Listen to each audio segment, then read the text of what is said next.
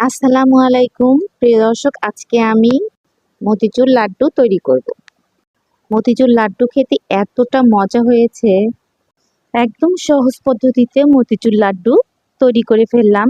Test এত মজা হয়েছে, আপনারা তৈরি করে না খেলে বুঝতে পারবেন না। আপনাদের একটা দেখিয়ে দিচ্ছি যে কতটা পারফেক্ট হয়েছে। আলহামদুলিল্লাহ, অনেক সুন্দর হয়েছে। আপনাদের মতিচুর লাড্ডুটা তৈরি করে দেখাচ্ছি। এখানে আমি 2 কাপ বেসন নিয়েছি। এখন একটু লবণ দিলাম,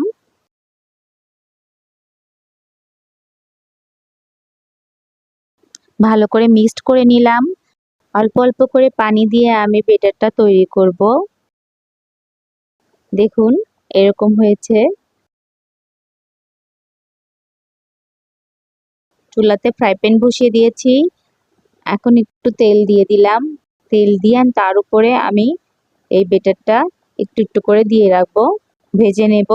যে যেরকম ভাজতে পারেন, যে যেরকম করে, বেশি করে তেল নিয়েও আপনি ডুবো তেলে ভাজতে পারেন, অল্প করে তেল নিয়েও আপনি ভাজতে পারেন, এটা আপনাদের ইচ্ছা। এভাবে দিয়ে আমি আস্তে আস্তে ভেজে ফেলবো। ভাজা হয়ে গেছে, এরকম করে আমি সবগুলোই ভেজে নিয়েছি। এখন আমি ব্লেন্ডারে সবগুলো ব্লেন্ড করে নেব। 1 কাপ চিনি নিয়েছি, 1 কাপ পানি। এখন আমি শিরা তৈরি করে নেব। ব্লেন্ডারে ব্লেন্ড করে নিয়েছি, দেখুন এরকম হয়েছে।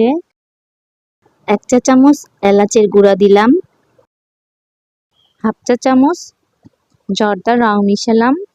আপনারা এটা না দিলেও হবে, দিলে একটু দেখতে ভালো দেখা যায়, সুন্দর দেখা যায়, তার জন্য দিয়েছি। হাতে নিয়ে এরকম করে একটু তার তার দেখা গেলে তখন বুঝবেন শিরাটা হয়ে গেছে।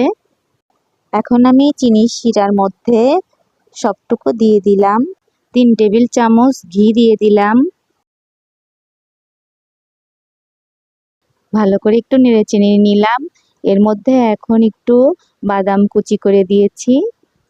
এর মধ্যে একটু গুঁড়া দুধ দিয়েছি। ভিডিওটা একটু স্কিপ হয়ে গেছে, দেখাতে পারিনি। গুঁড়া দুধ দিলে আর একটু টেস্ট হয়। দেখুন হয়ে গেছে। এখন আমি নামিয়ে ফেলবো। চিনি শিরা আমার আর একটু লেগেছে, এর মধ্যে আমি 1/2 কাপ চিনি দিয়ে শিরা তৈরি করে এর মধ্যে দিয়ে দিয়েছি। এখন হয়ে গেছে, নামিয়ে ফেললাম। নামিয়ে একটু ঠান্ডা করে তারপর বানিয়ে ফেললাম। দেখুন কতটা সুন্দর হয়েছে। দেখতে যেমন সুন্দর হয়েছে, খেতেও সুস্বাদু হয়েছে। এভাবে করে আমি বানিয়ে নিয়েছি সবগুলো। আপনাদের একটা ভেঙে দেখিয়ে দিচ্ছি কতটা সুন্দর হয়েছে। আলহামদুলিল্লাহ, অনেক সুস্বাদু হয়েছে। আজকে এ পর্যন্তই। সবাই ভালো থাকবেন, সুস্থ থাকবেন। আল্লাহ হাফেজ।